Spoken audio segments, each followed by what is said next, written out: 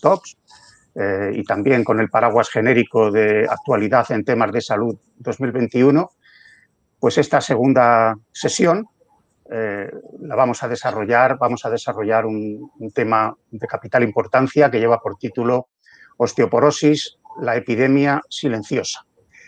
La osteoporosis, como bien sabemos todos, es una enfermedad crónica, es una enfermedad grave, es una enfermedad progresiva, de elevada incidencia y elevada prevalencia, relacionada con la edad, con el sexo, con los hábitos, el estilo de vida de las personas.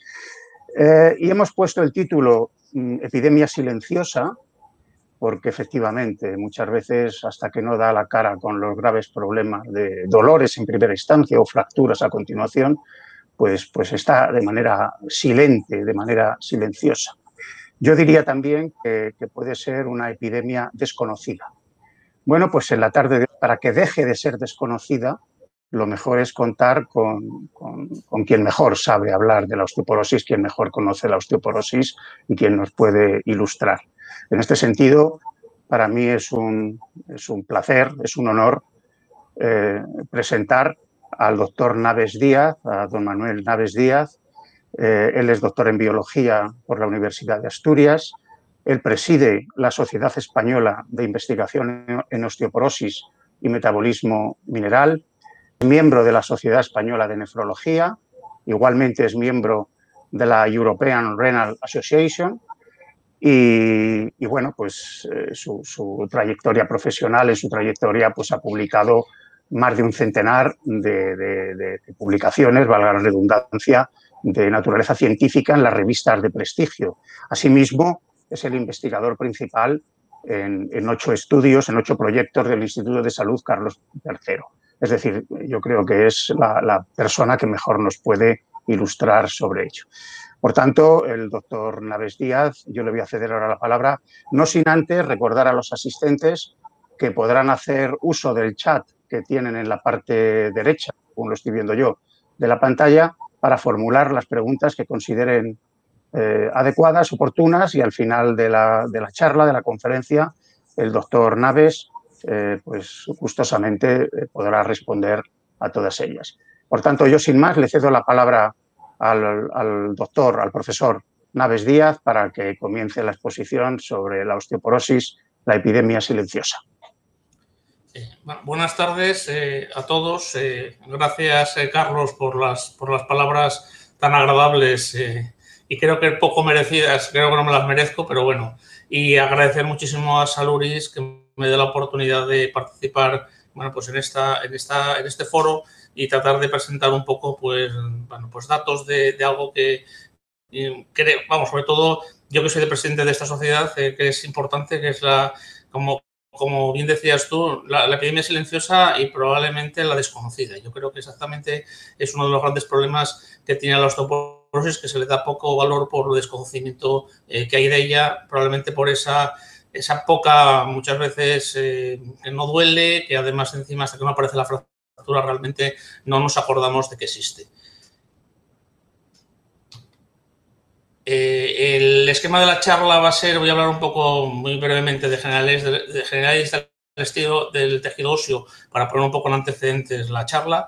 Hablaremos de lo que es la osteoporosis, de cómo, bueno, pues hay factores de riesgo que son modificables y no modificables en la aparición de la misma, de cómo se mide a través de la densidad mineral ósea. Hablaremos un poco del pico de masa ósea, las pérdidas de masa ósea, qué instrumentos de medida hay para poder medirla. Hablaremos de los 2 impactos que tienen más grave la osteoporosis y su consecuencia, que son las fracturas, fundamentalmente la de cadera y la vertebral, por el impacto social y las consecuencias que tiene. De tratamientos farmacológicos para la osteoporosis que hay actualmente en nuestro país, en España. Y haré un breve comentario al final de la importancia de las unidades de coordinación de fracturas en la localización de fracturas y sobre todo en el seguimiento y luego adherencia de esos seguimientos de los pacientes. Bien, con respecto a las generalidades del tejido óseo, bueno, todo el mundo sabe que el hueso, que tiene una parte que es, digamos, por fuera, que se denomina hueso cortical y que es compacta, y una interna que se denomina hueso esponjoso, hueso trabecular, que digamos que presenta pues huecos, pues realmente hasta ahora siempre se había pensado, hasta hace pocos años, las tres funciones clásicas de los huesos, que son el soporte de los tejidos blandos como sostén y punto de apoyo de la mayoría de los músculos esqueléticos, una función de protección, los huesos protegen a los órganos internos, por ejemplo, el cráneo protege al encéfalo, la caja torácica al corazón y a los pulmones, y luego pues una tercera función que es con el movimiento en conjunción con los músculos. En los últimos años, la verdad que se le ha dado bastante importancia a otro aspecto del hueso que no se pensaba que podía participar y ahora se habla mucho de un posible órgano endocrino, ya que participa pues, con varias moléculas, sintetiza específicamente el hueso y que tiene muchas importancias en el resto del organismo, como es la osteocalcina, el factor de crecimiento fibroblástico 23, o que se llama FGF23, o la esclerostina. Los tipos de células óseas ya todos lo saben, pero bueno, estarían las células formadoras de hueso, que son los osteoblastos. Los osteoblastos que una vez que van quedando embebidos dentro de la matriz mineralizada del hueso se van a convertir o diferenciar en osteocitos. Y aunque el osteocito puede pensar uno que está metido dentro del hueso de una manera ya aislada, pues y que no hace nada, pues realmente aquí vemos en una imagen en microscopía electrónica como las ramificaciones que tiene un osteocito con el resto de células vecinas es increíble, con lo cual sí que el osteocito está haciendo algo más de lo que se pensaba, que meramente quedaba ahí anclado en la matriz mineralizada y no hacía nada más. Por otro lado están las células que podemos llamar destructoras de hueso o que comen hueso, que son los osteoclastos, que son células multinucleadas, como este que aparece ahí con varios núcleos, y que lo que se encargan es, digamos, de erosionar el hueso para lo que se produce el proceso de remodelado del hueso. El remodelado óseo es un proceso que está totalmente coordinado, en el cual, por una serie de factores locales que van, digamos, tratando de que este proceso se empiece, pues van a retirarse los osteoblastos, van a aparecer los osteoclastos que van a degradar una parte del hueso y en un determinado momento reciben una señal de parada en el cual van a entrar en apoptosis y van a desaparecer. Aparecerán los osteoblastos que van a sintetizar la matriz orgánica que luego posteriormente se va a mineralizar y volveremos a la situación de partida. Este tipo de remodelado óseo ocurre durante toda la vida. Aproximadamente se considera que el 8% del hueso de cada persona se renueva anualmente y es importante realmente que se renueve el hueso, digamos, podemos llamarlo viejo, con hueso nuevo. En general suele haber un equilibrio entre la formación y la resorción. Decir que en las etapas iniciales de la vida realmente lo que predomina es la formación sobre la resorción hasta que, digamos, alcanzamos la madurez ósea y luego, digamos, que normalmente existe un equilibrio. Hay tanta formación como resorción, con lo cual no hay pérdida de masa ósea. Sin embargo, pues por el envejecimiento, por determinadas alteraciones, como puede ser la menopausia en las mujeres o por determinadas enfermedades, puede predominar esa resorción sobre la formación, con lo cual el balance va a ser negativo, se va a perder hueso y entonces al final lo que vamos a tener es la aparición de la osteoporosis. La OMS define la osteoporosis como aquella enfermedad de todo el esqueleto caracterizada por una masa baja ósea y una alteración de la microarquitectura ósea que condiciona un hueso frágil y en el que consecuentemente incrementa el riesgo de fracturas. Aquí vemos un hueso normal, como la estructura trabecular del hueso está muy bien conservada, y aquí vemos en un paciente con osteoporosis cómo se están perdiendo, no las conexiones totalmente, pero sí que está empezando, digamos, a haber mucho más huecos de los que debería de haber. ¿Qué interviene en el desarrollo de la osteoporosis? Bueno, pues hay factores de riesgo no modificables y modificables que van a hacer que aparezca la osteoporosis. Luego hablaremos un poco de la densidad mineral ósea, que es cómo podemos medir o cuantificar la osteoporosis, y hablaremos luego de las fracturas. Pero con respecto a los factores de riesgo, que hay modificables y no modificables, y empezando por los no modificables, pues probablemente uno de los más importantes es la edad. Normalmente nosotros en los periodos iniciales de la vida vamos a estar creciendo, con lo cual vamos a tener nuestra mayor cantidad de hueso, que es lo que se denomina el pico de masa ósea, que lo alcanzaremos entre los 20 y los 30 años, Posteriormente, por el proceso del envejecimiento y fundamentalmente en las mujeres después de la menopausia, hay una pérdida acelerada que va más o menos progresivamente disminuyendo con la edad. De hecho, la edad condiciona claramente el aumento exponencial de fracturas tanto de cadera como vertebrales, tanto en el hombre como en la mujer en los estadios finales de la vida. Existen otros factores de riesgo también que no son modificables, como es el sexo. Aquí pongo, es un dato antiguo, pero bueno, podría ser para cualquier tipo de fracturas, como en este estudio la incidencia de fracturas de cadera en la mujer es aproximadamente 2,5 veces superior a la del hombre, 103 en el hombre, 265 en las mujeres. Estos datos ya están desactualizados, pero bueno, no son muy diferentes de lo que hay en la realidad, de 2 o 3 veces la incidencia de fractura en la cadera es mayor en la mujer que en el hombre. Hay otros aspectos también no modificables, como pueden ser aspectos genéticos o aspectos heredables. De hecho, la genética se considera que aproximadamente representa el 70% de los cambios en la masa ósea que podemos tener en el organismo, es decir, que tengamos una mayor masa ósea o tengamos menos. Y aquí pongo un ejemplo de un polimorfismo de un gen que codifica el colágeno tipo 1, que es una de el que sintetiza las fibras de colágeno que van a formar, digamos, la matriz orgánica o la principal proteína de la matriz orgánica donde va depositado el tejido mineralizado. Y aquí vemos como, por ejemplo, mediante un más simple cortes por encima de restricción, aparecerán unos individuos que cortarán los dos alelos y que serían estos que serían heterocigotos S pequeña, S pequeña. Habrá individuos que solo tendrán un corte por encima de restricción, que serían los heterocigotos, y habrá aquellos que no tienen ningún corte. Eso traducido después a qué representa o cómo puede traducirse en el impacto sobre las fracturas, pues nosotros observamos en este estudio cómo la presencia de este genotipo S pequeña se relacionaba con un incremento muy grande de fracturas en el hombre, mucho menor el que se observaba con los otros dos genotipos, y en las mujeres el efecto era exactamente igual, con un 50%, digamos, de fracturas y cómo se presentaba este genotipo. Con lo cual, la genética, desde luego, tiene efectos. Aspectos heredables los vamos a ver con este estudio, que luego lo vamos a ver en varias de las diapositivas, que es probablemente el estudio multicéntrico a nivel de fracturas vertebrales más importante que se ha hecho a nivel mundial.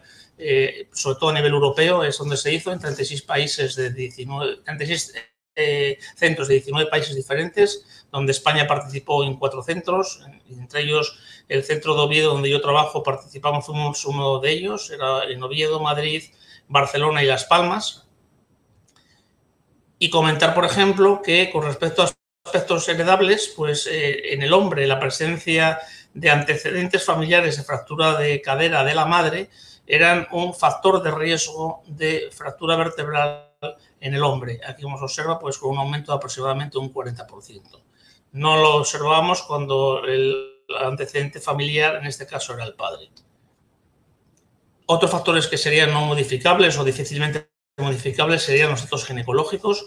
La edad de la menarquia tardía incrementa el riesgo de fracturas vertebrales aproximadamente en un 50%, comparándolo con una menarquia temprana, que sería la referencia.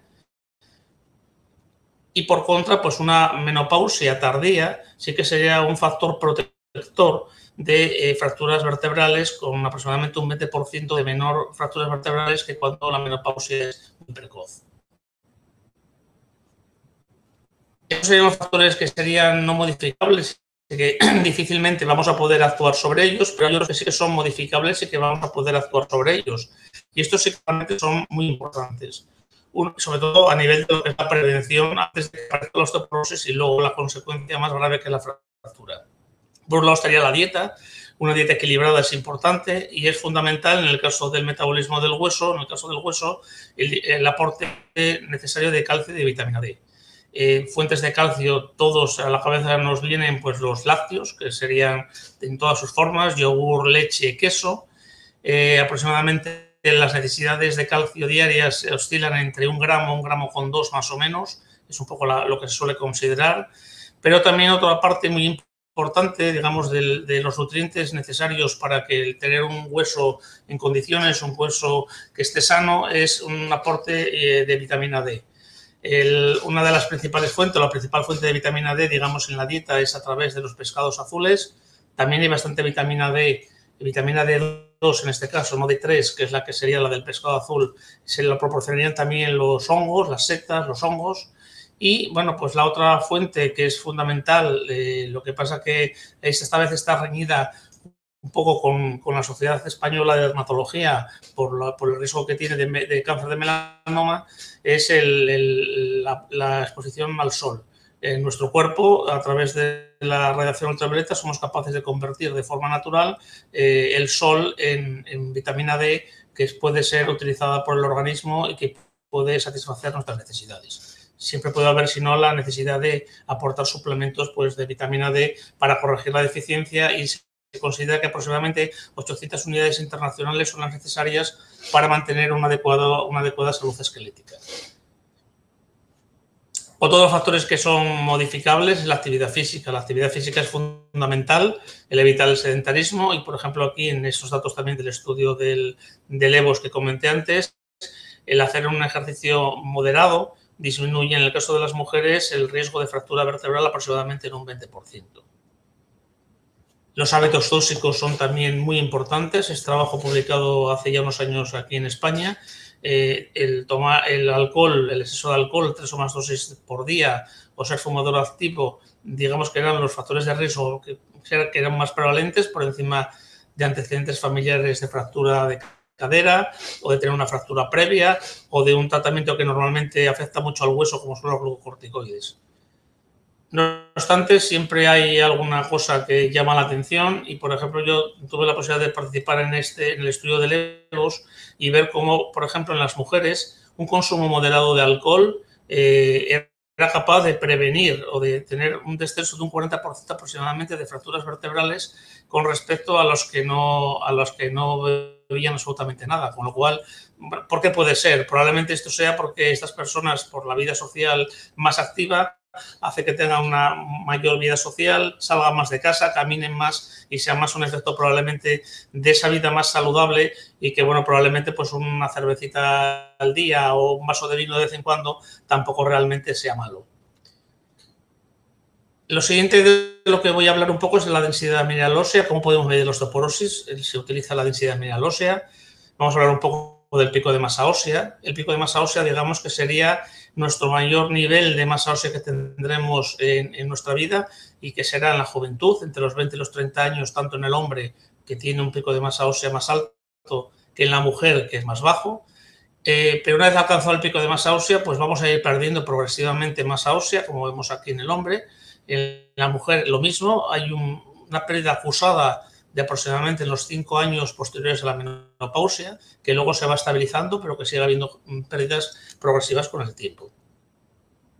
¿Y podemos prevenir estas pérdidas de densidad mineral ósea? Bueno, pues de alguna manera sí podemos. Otras van a ser difíciles que podamos manipularlas o cambiarlas, como son los factores genéticos, pero sí que podemos alcanzar un pico de masa ósea adecuado, pues probablemente con una adecuada nutrición, con una ingesta adecuada de calcio, de vitamina D, de proteínas, con un adecuado ejercicio físico, o sea, evitar el sedentarismo, hacer una actividad física que haga que este pico de masa ósea sea el más alto posible, para que luego, cuando empiezan las pérdidas, pues que perdamos pues menos, o que por lo menos estemos bien preparados para esas pérdidas, ¿no?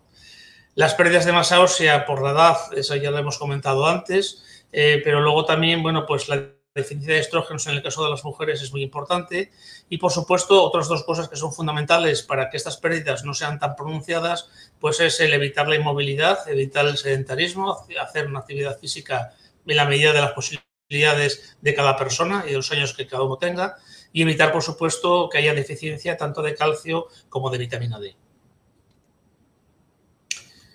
¿Y cómo podemos valorar el hueso y su calidad? Realmente el patrón de oro no sería la densitometría, que sería la que estamos pensando todos y es la que se suele hacer. En realidad, el patrón de oro para poder medir el hueso y cómo está sería la histomorfometría ósea, que seríamos capaces de ver estructuralmente cómo está ese hueso en su interior. Aquí, por ejemplo, son tinciones de determinadas formas de ver, pues mayor síntesis de osteoblastos, osteoclastos, mayor mineralización, etcétera. Pero ¿qué problema tiene el usar la histomorfometría para la pérdida de masa ósea como de rutina? Bueno, que primero es un método invasivo en el cual hay que usar un trocar especial para poder sacar un trozo de hueso para poder analizarlo, y luego eso evidentemente sería complicado el poder hacerlo en la práctica diaria y sería también inviable económicamente, pues porque el procesamiento de una biopsia ósea, aparte de requerir una especialización, requiere mucho tiempo su cuantificación y su análisis.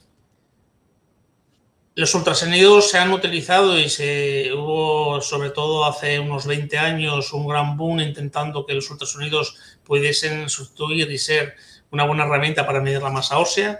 La verdad que cada vez está más en desuso. Se pensaba sobre todo la facilidad que tienen de desplazamiento, de que realmente con un carrito podemos llevar este equipo de ultrasonidos que mide el hueso en el calcáneo, o este otro que es con un ordenador acoplado pues a un sistema para detectar con una sonda el hueso en el radio. Entonces sería muy cómodo, pero realmente los resultados no han sido todo lo buenos que sería necesario, ¿no? Y realmente pues lo que más se usa para poder medir la masa ósea es la densitometría ósea. Este sería un típico densitómetro. Aquí esta señora está analizándose en este caso la columna vertebral. Aquí vemos una columna vertebral de una persona como puede ser esta señora, en el cual vemos aquí las costillas, aquí la T11, la T12, la L1, hasta la lumbar cuarta. Normalmente la lumbar se analizan en la densitometría de la L1 a la L4. Esto va a dar una representación gráfica de los valores que tenemos de masa ósea, que lo va a determinar, digamos, esta es la mayor zona blanca, que sería la mayor mineralización, sería la zona que vamos a medir, y esto nos va a dar una representación gráfica que se va a comparar pues con una población de referencia para saber si realmente tenemos osteoporosis o no la tenemos. ¿Y cómo definimos la presencia de osteoporosis? Bueno, la OMS ha dado una serie de definiciones, como es la presencia de normalidad, cuando tenemos unos valores de masa ósea por encima de menos una desviación estándar del pico de masa ósea que se alcanza en la juventud, hablaríamos de normalidad. Cuando estos valores están entre menos una desviación estándar y menos 2,5, hablaríamos de osteopenia. Y osteoporosis cuando los valores están por debajo de menos 2,5 desviaciones estándar del pico de masa ósea de la juventud. Por ejemplo, en este caso, pongamos que soy yo el que me hago una densitometría a nivel lumbar. En la L1 yo tengo 59 años, pues aparezco con menos 2,4 de puntuación, con lo cual, si miramos la tabla, estaríamos, con respecto al pico de masa ósea, estaríamos hablando de una osteopenia a este nivel. Este otro valor que aparece aquí realmente es ajustado a la edad, a la propia edad, de acuerdo al rango de edad en el que uno nos movemos. En mi rango sería entre los 50 y los 59 y yo pues estaría por menos 1,3 desviaciones estándar con respecto a la población de mi misma edad. Aquí en la L4, pues por ejemplo, presentaría en mi caso osteoporosis porque estaría por debajo de menos 2,5 desviaciones estándar.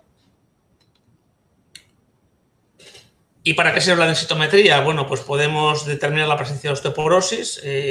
Por ejemplo, la prevalencia de osteoporosis en España, un estudio que ya hace unos cuantos años ya se ha hecho, pues la prevalencia de osteoporosis en columna lumbar o cuello de fémur en mujeres mayores de 50 años es de un 26,1% con técnicas densitométricas, y aquí vemos cómo va aumentando con la edad hasta decir que por encima de los 70 años aproximadamente el 40% de las mujeres serán osteoporóticas en columna lumbar o en cuello femoral, de acuerdo a los criterios diagnósticos que tiene la OMS. Y llegamos a las fracturas. La osteoporosis, pues realmente pues el impacto que tiene en realidad es el desarrollo de fracturas. La fractura de cadera y la fractura vertebral son las dos más importantes, sobre todo por el mayor impacto social, por la frecuencia y por las consecuencias que se suelen traer. Y aquí llegaremos un poco al inicio de la pregunta, que ¿por qué definimos al principio de la charla? ¿Por qué definimos a la osteoporosis como una enfermedad silenciosa?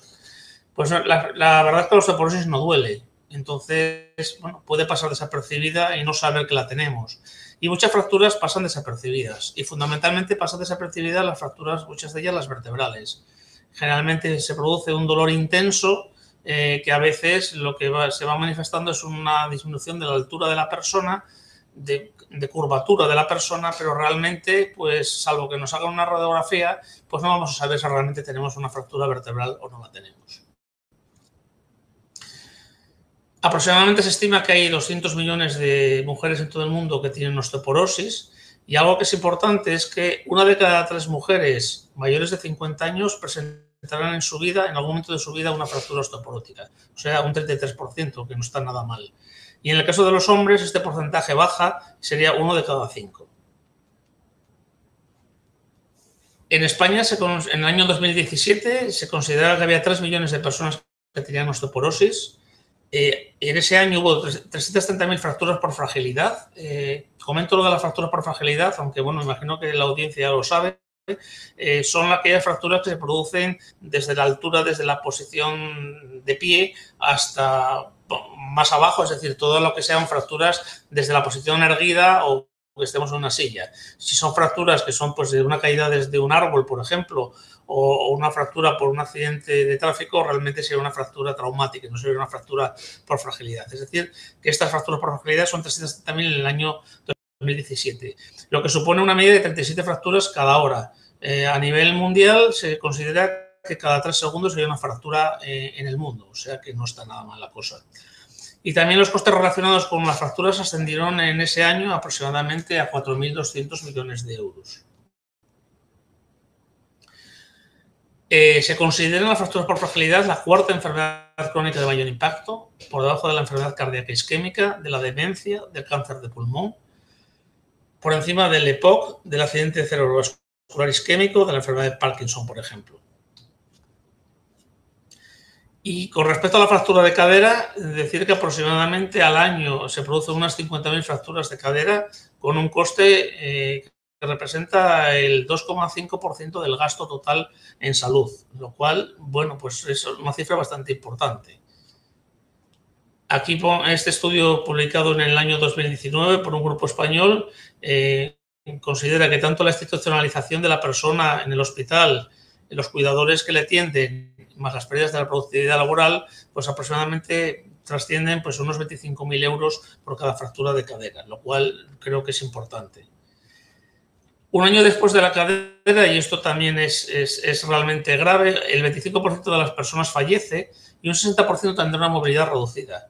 Este estudio ya de hace ya unos años del doctor Cooper observaba cómo aproximadamente era el 24% sería de mortalidad, un 30% de las personas con fractura de cadera tendrán una discapacidad permanente, el 40% incapaces para caminar de forma independiente, hasta un 60% tendrán dificultades para realizar al menos una de las actividades de la vida diaria, como pues secarse el pelo, peinarse, etcétera, y un 80% serán incapaces de llevar a cabo de forma independiente alguna actividad de la vida cotidiana.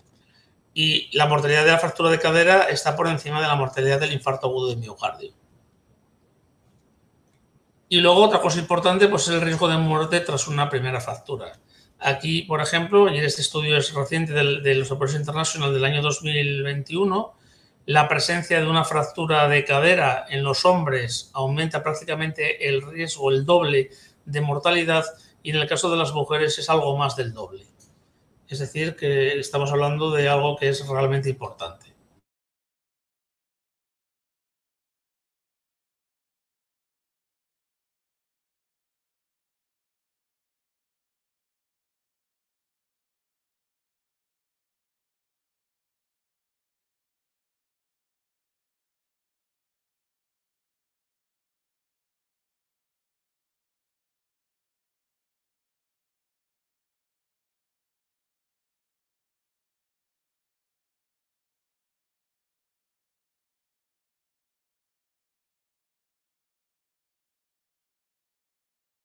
Como acontecimientos involuntarios que hacen perder el equilibrio y dar con el cuerpo en tierra u otra superficie firme que lo detenga.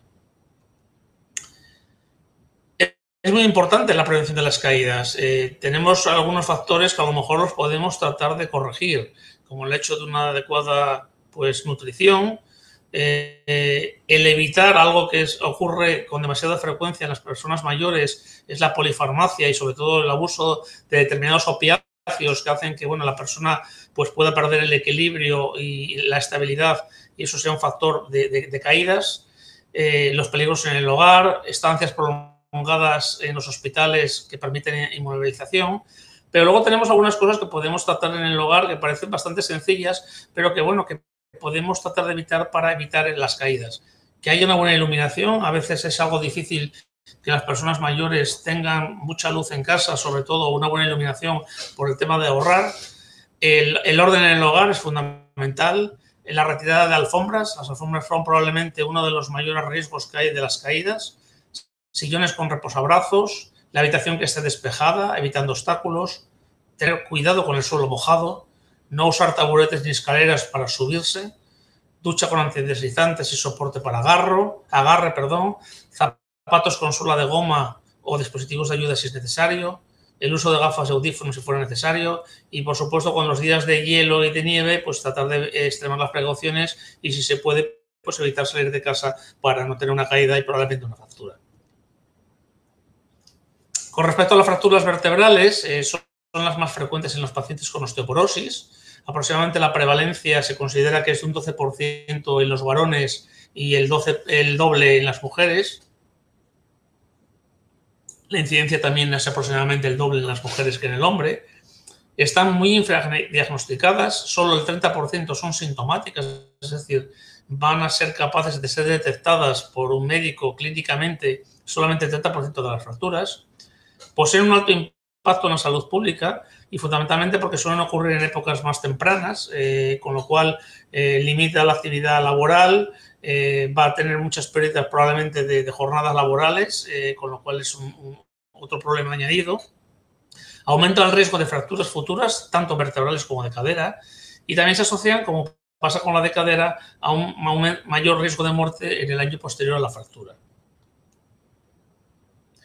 Por ejemplo, en este respecto y con respecto a los datos del estudio que ya vimos antes, el estudio EVOS, pues por ejemplo en las mujeres, no así en el hombre, la presencia de fracturas vertebrales, pues lo que aumentaba era el riesgo de mortalidad pues 2 veces.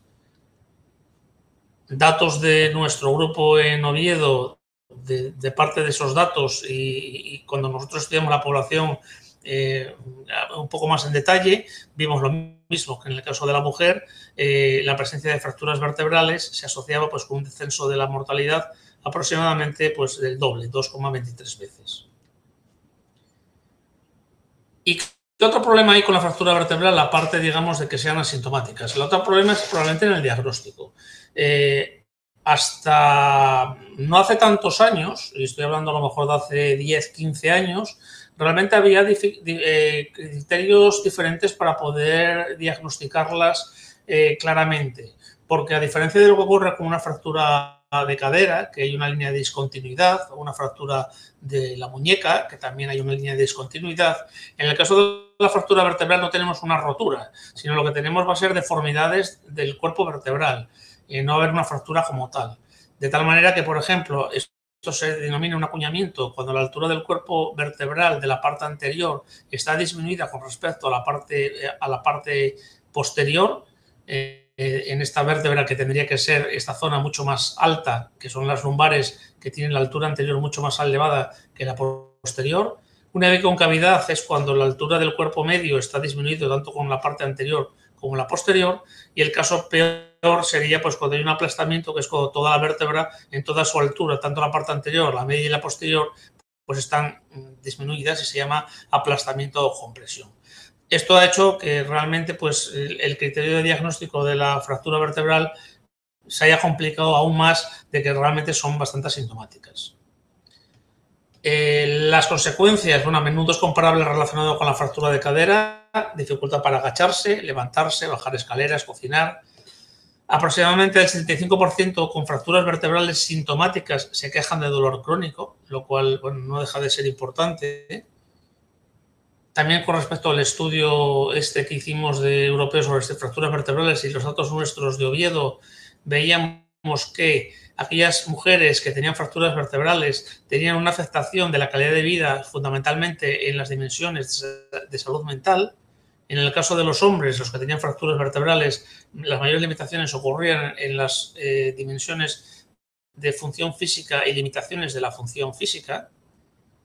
En el conjunto del estudio EVOS, realmente, tanto con este cuestión de calidad de vida, cual EFO, SF12 o LQ5D, si vemos aquí, la mayoría de las diferencias son todos significativas cuando se comparan los fracturados con los no fracturados, siempre pues, en contra realmente de los fracturados. En todas las categorías, menos en estas dos, realmente pues, hay diferencias significativas en todas las dimensiones analizadas. ¿Cómo se producen las fracturas vertebrales? La mayoría de las ocasiones pues, por un aplastamiento vertebral progresivo. A menudo no hay antecedentes de un traumatismo previo. Después de agacharse, toser o levantarse repentinamente, si tenemos una osteoporosis muy severa, pueden causar fracturas vertebrales. A veces por traumatismos de escasa energía. El presentar una fractura incrementa el riesgo de nuevas fracturas vertebrales. Esto sería el riesgo que tendremos de tener una fractura vertebral en un determinado momento. Si ya tenemos una fractura previa, este porcentaje aumenta al 11,5%, es decir, casi 4 veces. Y si tenemos 2 o más, este porcentaje aumentaría al 24%. Es decir, con respecto a no tener ninguna, pues nos aumenta unas 6 o 7 veces. Datos también del estudio EVOS y de nuestra cohorte, vemos cómo presentar una fractura vertebral aumenta el riesgo de tener una nueva fractura vertebral aproximadamente en casi 5 veces, en casi 7 de tener una fractura de cadera y 3 de tener una fractura de coles o de antebrazo distal. Haber tenido una fractura previa representa un 86% más de riesgo de sufrir otra fractura y la segunda fractura a menudo sucede durante los siguientes 6 a 8 meses. Existe alguna herramienta también para determinar el riesgo de fractura, la llamada herramienta que es muy conocida, FRAX, que se utiliza bastante pues, tanto por los internistas, reumatólogos, los médicos de primaria y que tiene en cuenta pues, varios factores para poder dar un índice como es la edad, la fractura, la baja masa ósea, el que esté en tratamiento con corticoides, un índice de masa corporal bajo, la presencia de caídas y la presencia de otros factores de riesgo. Esto lo que va a hacer es se mete, digamos, en una especie de calculadora, nos va a dar un valor y nos va a dar el riesgo de fractura mayor, que sería la de cadera o la vertebral, y que sería el mayor riesgo inminente de fractura en un periodo de 5 o 10 años. El índice FRAX se utiliza, bueno, pues como digamos, algo previo a luego tratar de confirmarlo. Cuando un paciente realmente con el FRAX nos da un riesgo alto de fractura, pues realmente pues, o le ponemos tratamiento o le hacemos una densitometría para asegurarnos que realmente es así y que realmente probablemente esa persona hay que ponerle un tratamiento. De todas maneras, presenta también alguna limitación. ¿Tratamientos farmacológicos para la osteoporosis? Pues los hay. No hay excesivos, pero sí que hay alguno. Tratamientos antirresortivos son los que más hay, son aquellos que actúan sobre el osteoclasto, son aquellos que reducen el recambio óseo, inhiben la resorción ósea a cargo de los osteoclastos, van a mantener la microarquitectura ósea, van a incrementar la mineralización ósea, aumentarán la masa ósea y todos ellos reducen el riesgo de fracturas vertebrales. Aquí pongo algunos de ellos que los veremos, los voy a ver un poco más adelante. Y como tratamiento osteoformador, aquí tenemos pocos, es decir, actúan sobre el osteoblasto, sobre la célula que forma hueso, van a aumentar el remodelado óseo, incrementan la formación del hueso, incrementan el volumen óseo, restituyen la microarquitectura ósea y reducen el riesgo de fracturas vertebrales y no vertebrales. Dentro de los antirresortivos tenemos unos cuantos, los bifosfonatos, que hay varios comercializados en España, alendronato, risedronato, ivandronato y ácido zoledrónico. Hay otros que son los moduladores selectivos de los receptores estrogénicos, llamados SERMs. Está el raloxifeno y el bacedosifeno. Y luego aquí aparece este anticuerpo monoclonal anti-RAN ligand que lo fabrican los osteoclastos, que es el denosumab. Como tratamiento osteoformador anabólico, solamente de momento tenemos uno en nuestro medio, que es la teriparatida, que es la PTH 184 y sus biosimilares que aumentan la masa ósea. Y está en vías de que se comercialice el romosozumab, que es un anticuerpo monoclonal contra la esclerostina que la fabrica el osteoblasto. En principio se considera más un osteoformador que un antirresortivo, pero podría ser considerado un poco con esa actividad dual, que sea tanto osteoformador como antirresortivo. Como he dicho, la Agencia Española de Medicamentos ha aprobado ya su utilización y se espera que se comercialice a partir de junio o de septiembre. ¿Y qué efecto tienen estos tratamientos sobre las fracturas? Bueno, pues aquí vemos, por ejemplo, que los tratamientos con bifosfonatos son capaces de reducir las fracturas vertebrales, todos ellos, en un porcentaje por encima del 40%, y también menos elevado en neonatos las fracturas de cadera. Los moduladores selectivos de los estrógenos son capaces también de reducir la fractura, como puede verse aquí, tanto en el bacidoxifeno como el raloxifeno, y se puede ver una clara disminución con respecto al grupo placebo que no lleva tratamiento. Lo mismo ocurre con el denosumab, a nivel tanto de fracturas vertebrales hay una clara disminución con respecto al grupo placebo, también de las no vertebrales y también de las fracturas de cadera. Y con la teriparatida o la PTH pues ocurre prácticamente lo mismo. A medida que pasa el tiempo se observa cómo van bajando todas las fracturas, las vertebrales, las no vertebrales, o sea, todas en conjunto. Este es un poco un esquema, un cuadro. Todos serían efectivos sobre la fractura vertebral. No pongo los datos del romosozumab porque realmente todavía no está comercializado en España. Muchos de ellos sobre la fractura no vertebral y sobre la fractura de cadera, pues algunos bifosfonatos, la mayoría de ellos, la teriparatida y el denosumab. No obstante, los tratamientos farmacológicos, como todo tratamiento, tienen también sus efectos secundarios y algunos bastante importantes. Los bifosfonatos tienen uno que es muy común, que son trastornos gastrointestinales. Ahora se dan en vía intravenosa algunos, con lo cual evitamos este trastorno. Normalmente incluso la persona tiene que estar media hora de pie antes mientras se toma el tratamiento, no se puede acostar. Y como, digamos, mayores problemas son la presencia de osteonecrosis de mandíbula y fracturas atípicas de fémur a largo o medio plazo. Esto, bueno, a veces ocurre, no ocurre con toda la frecuencia, es un efecto secundario que puede aparecer. Realmente con los bifosfonatos lo que se ha utilizado durante mucho tiempo es lo que se llaman vacaciones o mal llamadas vacaciones terapéuticas, en el sentido de que como tienen, digamos, una vida media bastante larga en el hueso, pues lo que se suele hacer a veces es parar una vez que está la persona un tiempo con el tratamiento, dejar un periodo un poco, digamos, de descanso y volver otra vez, si eso, al tratamiento, pues pasado un cierto tiempo. El raloxifeno produce sofocos, calambres y tromboembolismo venoso, ahora que está muy de moda lo de los trombos con el tema de la vacuna del COVID. El denosumab plantea sobre todo el mayor problema son su suspensión, las fracturas vertebrales múltiples. No ocurre en todos los casos, pero sí que ha habido casos de suspensión que ocurren y en estos casos lo que hay que hacer, una vez que suspendemos el denosumab por lo que sea, porque el paciente a lo mejor no quiera, porque tenga miedo, pues se le debe de dar un tratamiento, pues probablemente con bifosfonatos para tratar de solucionar ese problema. La teriparatida, pues uno de los problemas que puede ocasionar, aunque es un poco en duda, es la posible listesis renal. Y por último voy a hablar un poquito de las unidades de coordinación de fractura. Las FLS es algo que no lleva tanto tiempo funcionando, bueno, lleva tiempo, pero bueno, digamos en España es relativamente más novedoso. Y eso enlazaría con lo que es la prevención secundaria de fracturas. ¿Qué podemos llamar prevención secundaria de fracturas? Pues es la evaluación, tratamiento efectivo, manejo adecuado a corto y largo plazo de los individuos con osteoporosis que se presentan con su primera fractura por fragilidad, con el objetivo de reducir el riesgo de nuevas fracturas secundarias, no solo por el riesgo, sino por el riesgo de mortalidad, como ya hemos visto. Se considera que hasta un 80% de los pacientes con alto riesgo de fractura no son correctamente identificados o tratados. Es decir, esto es algo que es muy importante, que haya casi un 70-80% de pacientes que tienen una fractura y que marchen para su casa sin ser tratados, pues yo creo que es bastante importante y sobre eso se debe de trabajar bastante. En eso han hecho bastante las unidades de coordinación de fracturas, las denominadas FLS. Esto ha sido una idea sobre todo de la IOF, de la International Osteoporosis Foundation.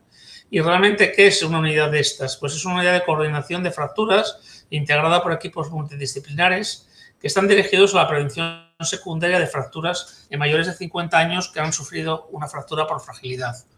En concreto, pues es un equipo coordinado en donde estaría el geriatra, estará el internista, estará el traumatólogo, está el rehabilitador, está la enfermera, y que son los que van a identificar al paciente y le van, bueno, a ayudar. Y su objetivo principal es identificar el mayor número de fracturas por fragilidad, realizar la evaluación, hacer una educación sanitaria para evitar nuevas fracturas, iniciar tratamiento, realizar el seguimiento y valorar también la adherencia al tratamiento, que es fundamental también en el tratamiento para la osteoporosis.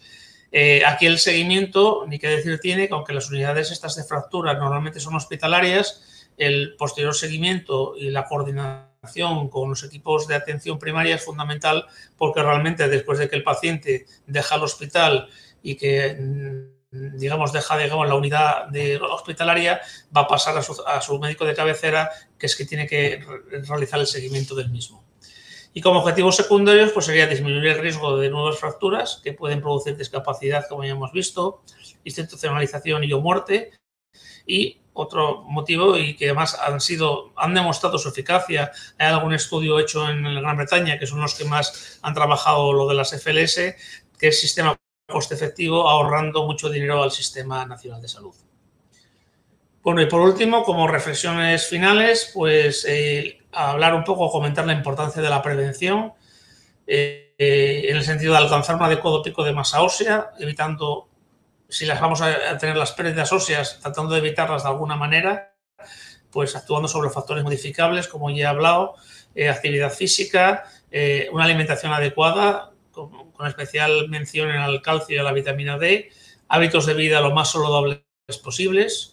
Una vez que haya osteoporosis, prevenir su consecuencia más grave, que es la fractura, y en caso de que ocurra, hacer un adecuado diagnóstico y tratamiento. La importancia de las caídas, fundamentalmente en las fracturas de cadera.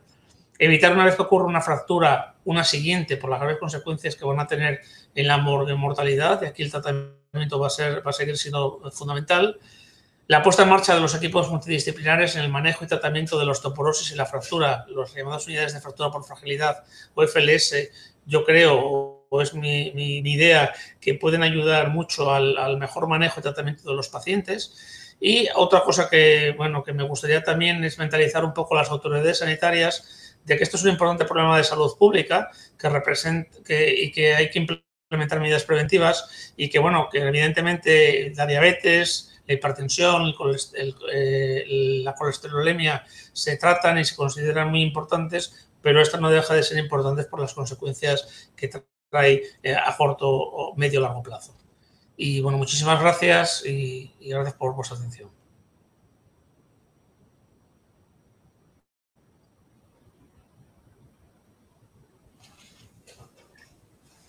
Bien, pues muchísimas gracias al doctor Naves.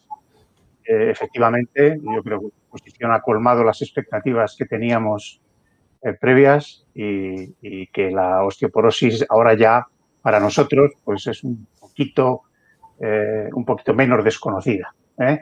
Muchísimas gracias. Hay un par de preguntas que han surgido y yo tengo alguna curiosidad. Yo las voy a decir un poco seguidas. Hay una que es simplemente de ver una de las diapositivas. Una de las asistentes nos dijo que cuando estaba comentando la fractura de cadera, creo que es la diapositiva número 52, nos pidió que si se podía dejar un poquillo más puesta ahí, creo que es la 52 o la 51, no sé, pero bueno, podemos verlo, y era sobre fracturas de cadera. Lo que pasa es que no sé el número porque no... Dos más para atrás, a ver, una más. Ahí, adelante. ¿Era la de cadera o la vertebral? De cadera, yo creo que era. Ah, claro, de cadera tenía que ser para atrás entonces, pero de cadera eran estas. Lo que nos escribió escribió concretamente sobre fractura de cadera. Se puede poner un momento la diapositiva anterior y si no me equivoqué yo, lo puso cuando íbamos a 52. Las de cadera empezaban aquí, eran donde empezaban. Bueno, pues yo me imagino que será esta, ¿no? Pues con que se quede ahí, pues ya está. Si no, pues ya nos dirá algo por el chat a la persona que lo escribió. Donde hablaba de agacharse, etcétera. Ah, donde hablaba de agacharse. A ver, espera, a ver.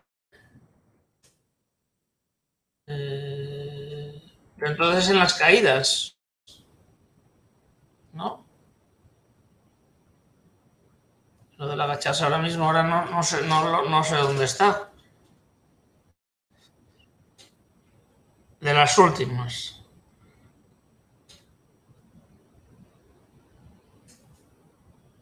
Es que el orden, tendría que mirarlo, a ver, lo puedo mirar un segundo, ¿eh? Bueno, a ver, mientras tanto, si quieres, vale, pues sí, dime diciendo y la voy buscando, ¿vale?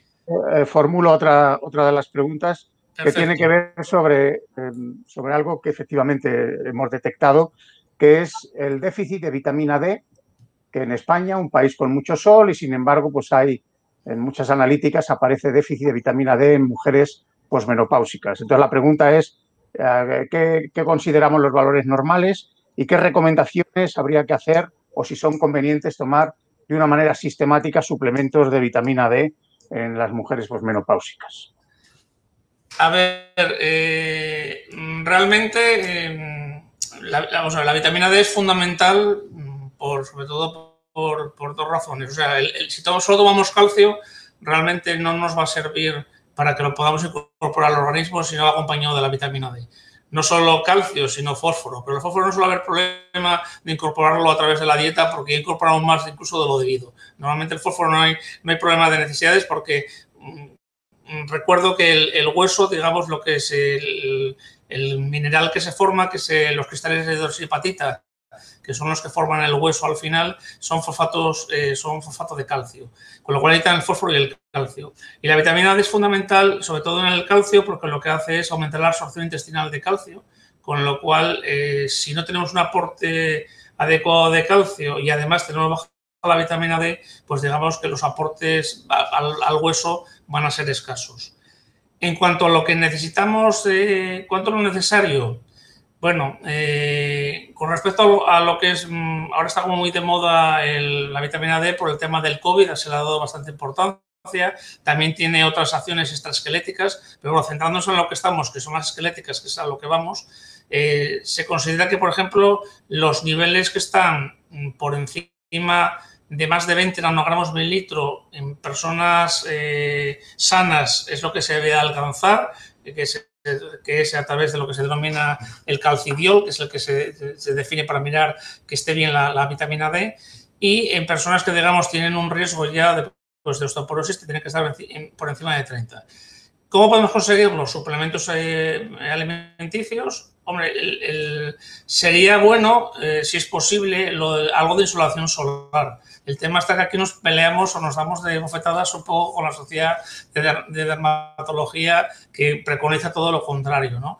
Pero claro, luego tampoco el sol nos vale, porque a pesar de que España es muy soleada, aproximadamente el déficit de vitamina D en España, considerando los valores de déficit menores de 20 nanogramos mililitro, aproximadamente es un 70% de la población tendría déficit de vitamina D. Y da igual que viva en Canarias o que viva en Asturias, que en Asturias tenemos poco sol, con lo cual es un poco probablemente el tema de la latitud. La latitud es fundamental.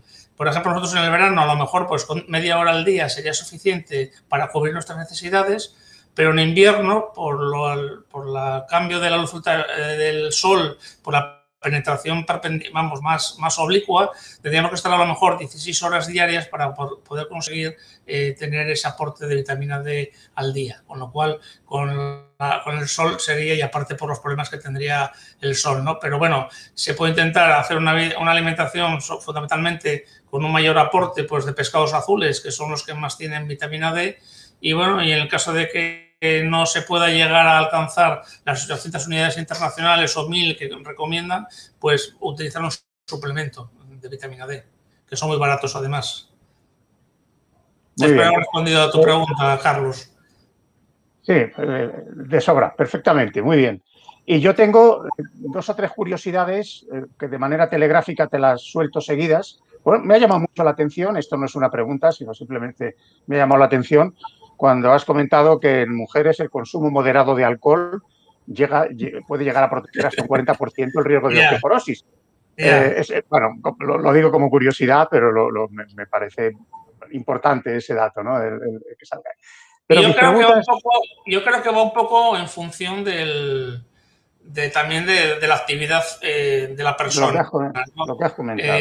Probablemente, exactamente. Yo creo que es un poco el bebedor social, llamémoslo así, como se suele llamar, la persona que sale a tomarse pues su cervecita al día. Probablemente una cerveza al día yo no creo que sea mala, ni tampoco un vaso de vino. Yo creo que todo lo contrario. Yo, eso es mi opinión, ¿no? Y que me perdonen a lo mejor los cardiólogos si estoy diciendo una barbaridad. Pero yo creo que eso, bueno, es como todo. Todo en pequeñas dosis yo creo que es saludable y hasta bueno, ¿no? Pero, claro, en pequeñas dosis, ¿no? Lo puse como anecdótico porque realmente, bueno, en los hombres pasaba lo contrario. En el consumo, no lo puse en la diapositiva, pero el consumo excesivo de alcohol, que había bebedores, sobre todo en los países del este, muy bebedores de alcohol, sobre todo de bebidas de alta graduación, pues se asociaba con mayor fractura vertebral. Era lo contrario, evidentemente. Bien. Bueno, y luego tengo un par de curiosidades para conocer tu opinión. Uno es respecto a qué opinas de poder realizar un cribado poblacional, ya que si es una epidemia silenciosa en personas de edad, pues haciendo una densitometría, igual que se hace se mide el perímetro abdominal para ver si se tiene riesgo cardiovascular.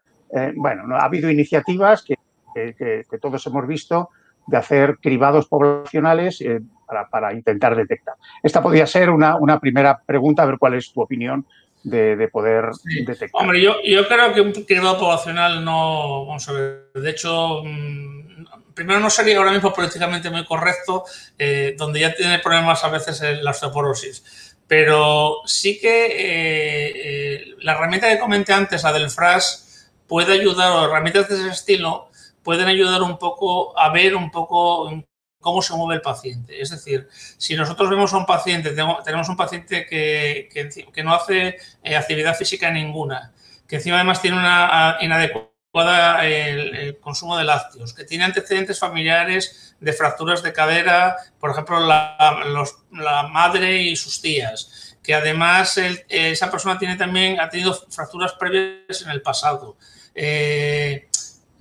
Si encima además es rubia, que generalmente no es, si somos de raza blanca y cuanto más rubios, más riesgo también. Si somos muy delgados, son factores de riesgo que pueden ayudar un poco a valorar al paciente, pero claro, decidir en todos hacer un cribado y hacer densitometría a veces no creo que es tampoco necesario. Yo creo que la densitometría hay que hacerla para confirmar cuando realmente hay una sospecha de que puede haber una osteoporosis, pero probablemente en muchos casos muchas personas no van a tener osteoporosis en su vida. Y de hecho la densitometría tiene también sus limitaciones.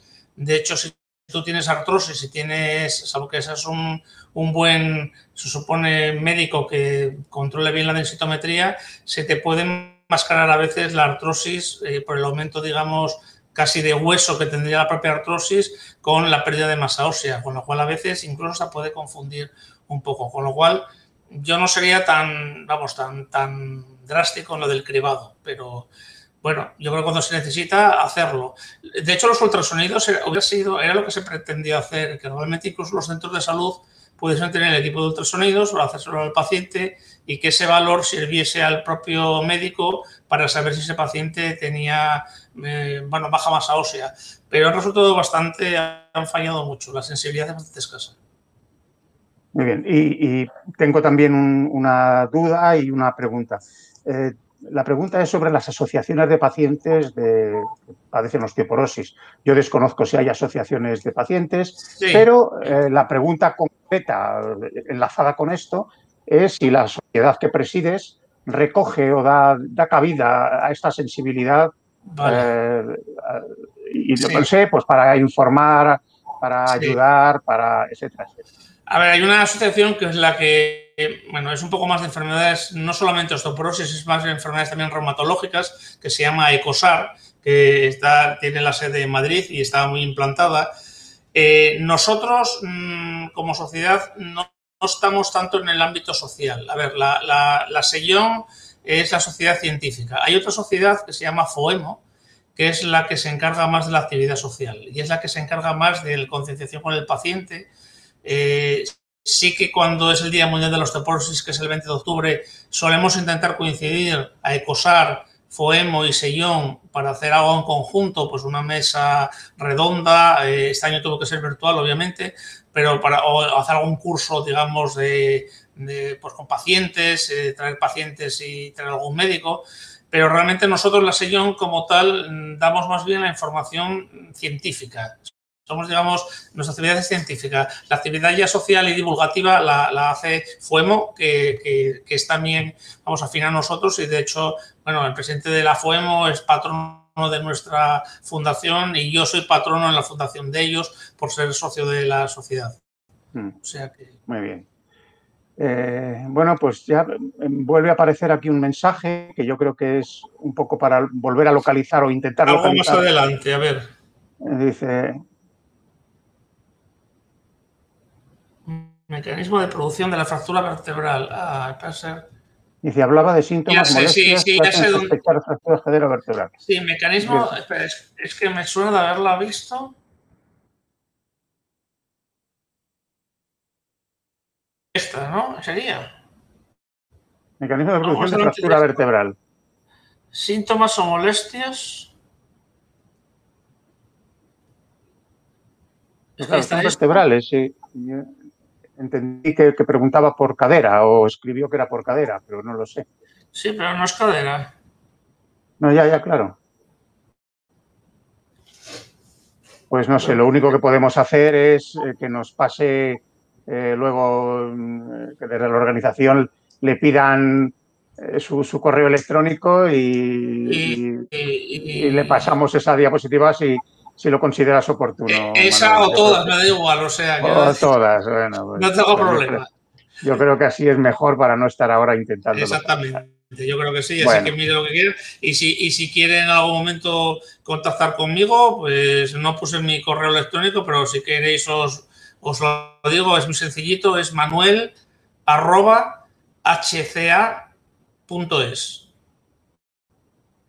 Muy bien, pues tomamos nota, manuel@hca.es. Ese es el corporativo. Uso uno de Gmail más, pero bueno, con ese me llega perfectamente. Sí, del Hospital Central de Asturias. Exactamente. HCA es el Hospital Central de Asturias, exactamente. Estupendo.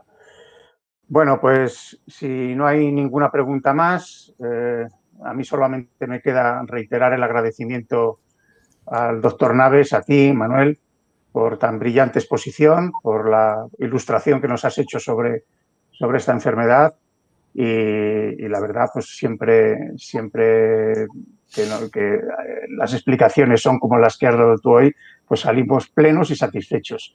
Así que, sin más, agradeciendo también a los asistentes por estar ahí escuchando la charla, pues reitero el agradecimiento y solamente ya me despido informando que dentro del que anuncié al principio de actualidad en temas de salud 2021, las siguientes charlas versarán sobre redes sociales y comunicación con el paciente en la era 2.0, por si lo quieren apuntar, será el próximo 20 de mayo. Y la siguiente, el día 17 de junio, será aproximación al Big Data y al blockchain sanitario. Ambos temas de interés, por quien está interesado en ellos, pues continuaremos con estas sesiones de actualización. Muy bien, nada más y muchas gracias a todos. Muchas gracias.